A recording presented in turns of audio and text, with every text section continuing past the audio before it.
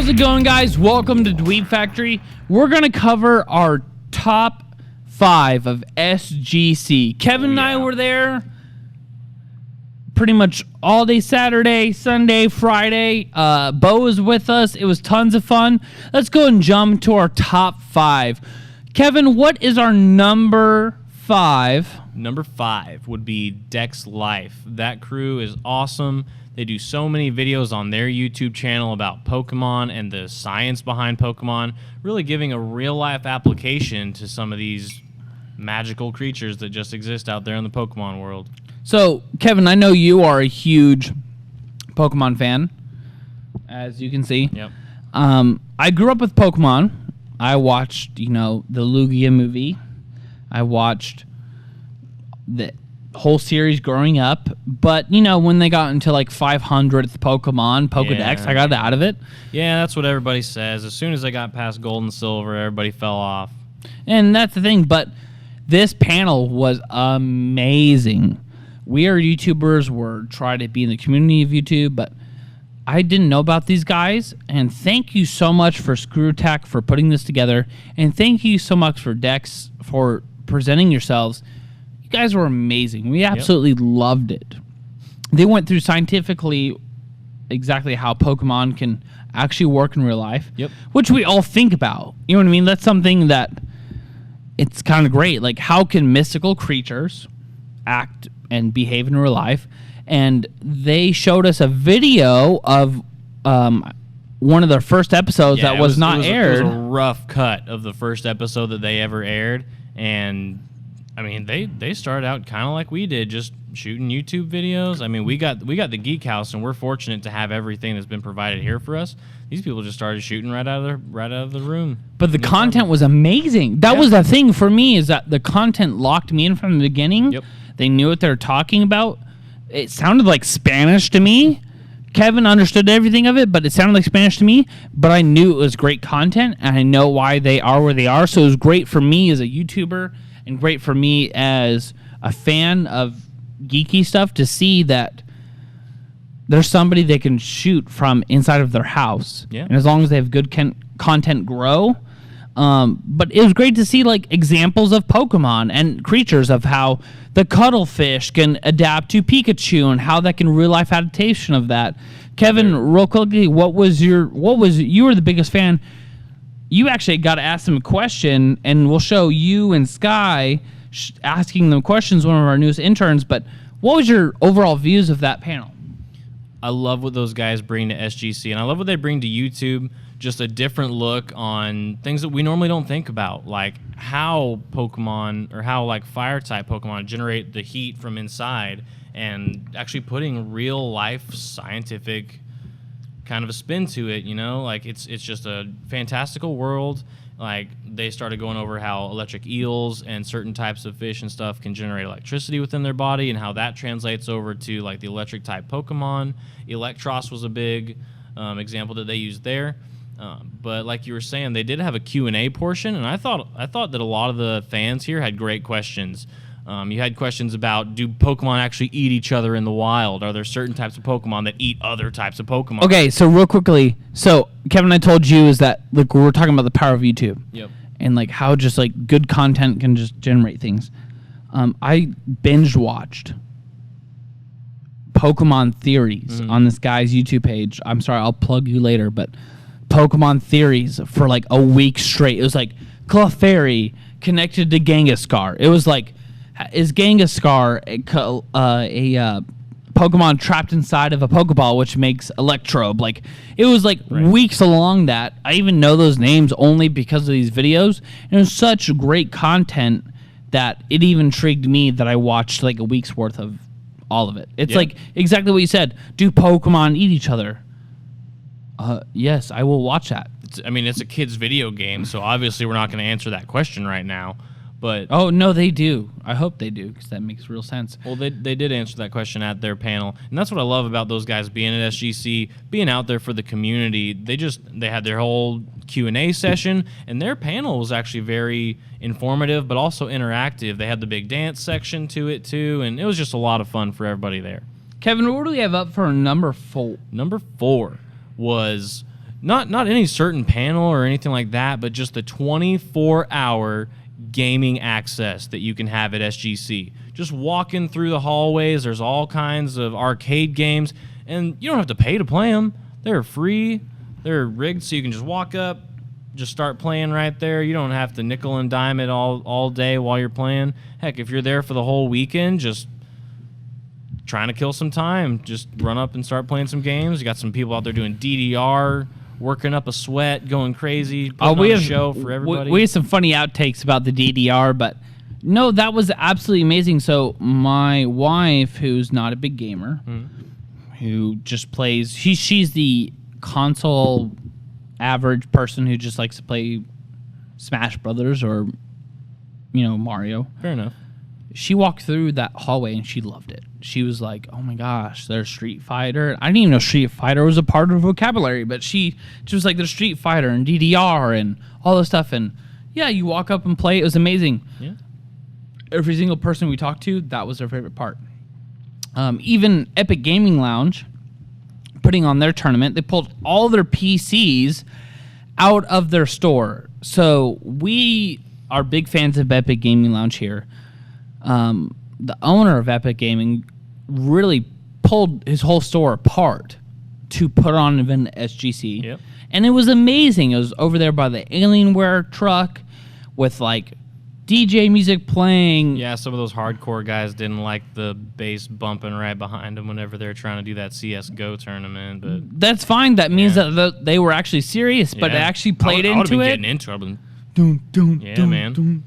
But they had even podcasters. They have live streaming Twitch on the other side, and then even like 2 feet away from them, a Golden Eye N64 tournament. Guys, you know me. If you watch our show, I'm not a huge gamer fan, but come on, I'm all about some N64. I'm all about some Smash Brothers. I'm all about some Golden Eye, and it was Mario Party, Mario Kart. It was so much fun. Kevin, what'd you catch footage of? Didn't you catch footage of like the car game with the soccer and the soccer and all that?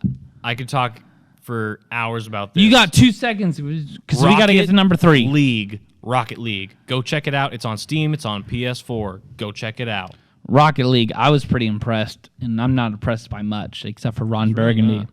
Number 3 was the cosplay contest, which you filmed. Kevin is not a professional filmer, but shot amazing footage for cosplay. We actually, as of right now, we have probably about 150 views on the cosplay contest. There was amazing people.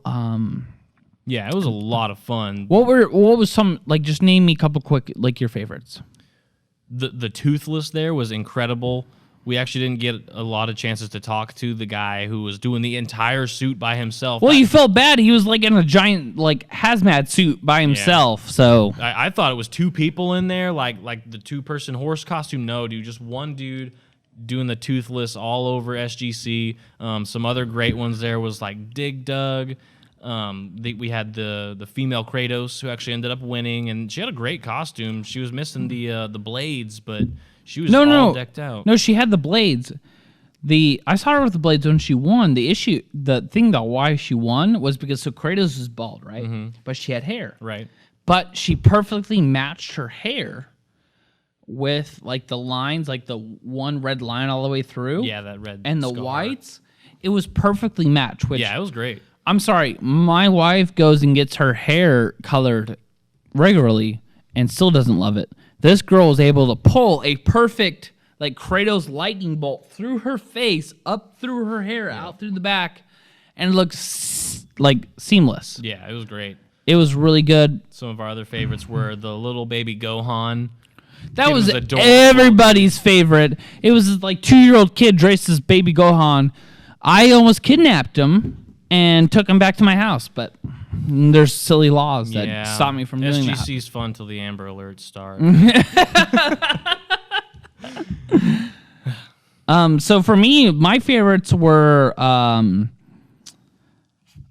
really, really liked the Baymax. That's just me. Yeah. I'm a big Hero 6 fan. I'm a Disney fan. Right off of Baymax, and he comes out with the hello and boop. Guys, I'm sorry. I teared up during Hero 6. I loved it. The other things I loved was the Goku. So there was this guy who played Goku a lot, and he was very avid within the whole weekend. Yep. You'll see him doing Kamehameha. I loved it. He got a little crazy, but that's what we love at conventions. And I loved. Yeah, he did a good Sean Schimmel, just screaming his head off. Great. And then I loved the Borderlands cosplay. Mad Moxie, Lolly Poison. That was great. And the reason why it was great, it was attention to detail, and it was our makeup. So with Mad Moxie, you can get an outfit and you can dress that way, but what really sets you apart is the makeup on your face, how that's portrayed, and how that's done. And she's actually a professional cosplayer, and we're really excited because she's a big fan of our page and everything like that, but that's only because how much we liked her at the cosplay. Yeah. So that was one of Sky's favorite parts too. Our new intern Sky came along with us, and he was helping out at SGC, and he was around taking pictures of all the cosplay, talking to people, seeing if they wanted to do interviews with us. And he even had to jump in and get a picture with Lolly herself. It was the only thing he wanted. I literally said to him, "It's your 18th birthday, Sky. Do whatever you want." I literally would probably drop to like whatever money you wanted just to make sure he had a good weekend. Sky was great the whole weekend, and he just said, "I just want a picture with her." And I was like, "Cool, dude. Go." Done. Number 2 is ScrewAttack versus really MEGA64. Part, other than our number 1, which we're saving. Kevin wasn't here for this. Bo and I were here for this. We didn't know what to expect with SGC. This was our first time there. We know ScrewAttack. We didn't know MEGA64. We didn't. And so we showed up to the event kind of like, hey, we'll just show up and see what's going on. Yeah. It was hilarious. I am now an avid watcher of MEGA64 because of this. There's tons of obscenities and exclusive content to talk about, but it was amazing. So basically these two giant YouTube pages collide live in front of you, and they play games like, NHL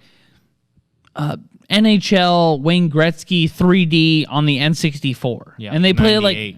They play like Flappy Bird, and they just play all these games, and they compete, and it's so funny. It's kind of like wrestling. It's sometimes things are fake. Yeah. And I hate wrestling, but this was so entertaining. It was so amazing. They did like hype videos before like the big battle. Like MEGA64 would straight up just did like a hell and devil thing, and they were like, so great. And I had so much fun. I've never known anything about their channel. Spent 2 minutes in that panel and was hooked. Didn't want to leave. I couldn't we don't have good footage of it because I was so hooked. I literally dropped the camera and just drooled most of the time. So did Bo, and that's why it's our number 2, because I don't walk into things and blown away by that much. Our number 1 is Kevin. I'm going to have you talk about this for a quick minute. Kevin, what is our number 1? Our number 1 is the Dragon Ball Z English voice cast reunion at SGC. This was freaking amazing. It was incredible. That's my only yelling outburst card I get this episode. I'm sorry, guys, you're but done. No, it was really it was amazing. Yeah, we had the English voice cast from Funimation. The big 2 there were Sean Schimmel, who is the English voice of Goku and King Kai, which was actually pretty crazy. He said he likes doing King Kai more than he likes doing Goku. He has more fun with it. I mean, King Kai's goofy and zany, and he gets to do the voice, and I'm terrible at it. I need to practice a lot more. But yeah, and then he said that Goku, 80% of the time, is just screaming your lungs out. So I can understand where he's coming from there. It was huge. I grew up in the 90s watching DBZ like it was crack. Like, that's what I did night in, night out, watch DBZ. So when I heard them talk about how they developed the show and what their likes and dislikes were, for the fact that you hear that one of your largest icons as a child started as a puppeteer at North Park Mall and turned down a job and started at Funimation, and this whole thing like snowballed here in Dallas, Texas. It blew my mind. Like as a kid, it made me even more prideful to even live in this area. And that's one of the biggest reasons why we started this channel, was because people don't know the things that are happening here in Dallas and the people that live here. I'm sorry, if you would have told me that the voice actor of Goku lived here in like my state, if he worked at the mall, I would have tracked him down and like bugged him every day of my life. Like I would have stalked him. I would go to jail to stalk him. Yeah. Please don't take that seriously, but okay, a little bit. But the thing is though, even Chris Sabat, okay, so here's the thing. Vegeta's one of my favorite characters. Christopher Sabat, he does Vegeta, he does Piccolo, he does Yamcha, dude. He killed it. The guy has this voice that just like he could walk into a room and sell water to Aquaman. Like he has this voice that can just like portray so many different ideals, and it entranced me. And it's the thing, he's talking normal like a normal man, and you can hear Piccolo, you can hear Yamcha, you can hear everything in his own voice. Not that far off from Chris Sabat's regular voice, so it was crazy to hear. Kevin, you were up close, and you were one of our camera guys, really up close, filming it. Let's close out our number one. What did this mean to you as like your 10-year-old self? What did this mean to you being at this event? Thank you to ScrewAttack for helping us being at this event. Thank you, Austin. What did this mean to you actually being there? It was amazing just to see these normal looking people who we just grew up with DBZ. Me and you both, just as soon as we got home, got off the bus, ran straight to the TV and just turned on Dragon Ball Z, start watching Toonami. Man, it was mind-blowing. Just hearing Sean say, like, yeah, he worked at North Park Mall, and now he's Goku, you know? Like, just to start from such humble beginnings and work your way up, it's kind of a parallel to the character that he portrays. You know? Like, he just started as a kid at the very bottom and just keeps working his way up, and now he's famous the world round for a very iconic character that really inspired us. It's huge for me because I'm sorry if I'm tearing up a bit, because this whole panel is really big for me. I grew up with DBZ. My parents actually told me growing up, like, I read on the news DBZ is not good to watch because it like induces fighting and violence and all that stuff. Yeah. They didn't care. They let me watch it, and I would not be here in this chair if it was not for everybody at Funimation and DBZ and putting everything together. Because I wouldn't care about anime. I wouldn't care about even movies. I've gotten big into movies in the past like 3 years, and I'm actually I consider myself, and the community considers myself huge, like an amateur movie critic. It all started with DBZ, so being there like really, really was amazing. So, thank you so much, ScrewAttack, for putting that on. We had so much fun. We will be back every single year.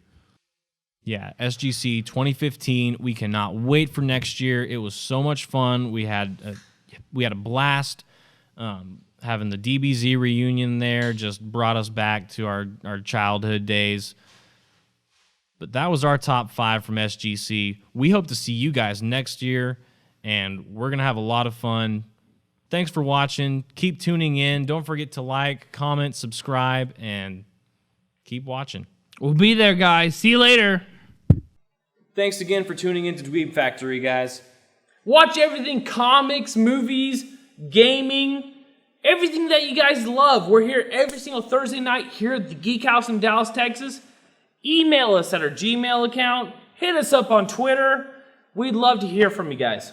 Don't forget to like, subscribe, share with your friends, and comment below for what you want to see next time. Power high five, Kevin!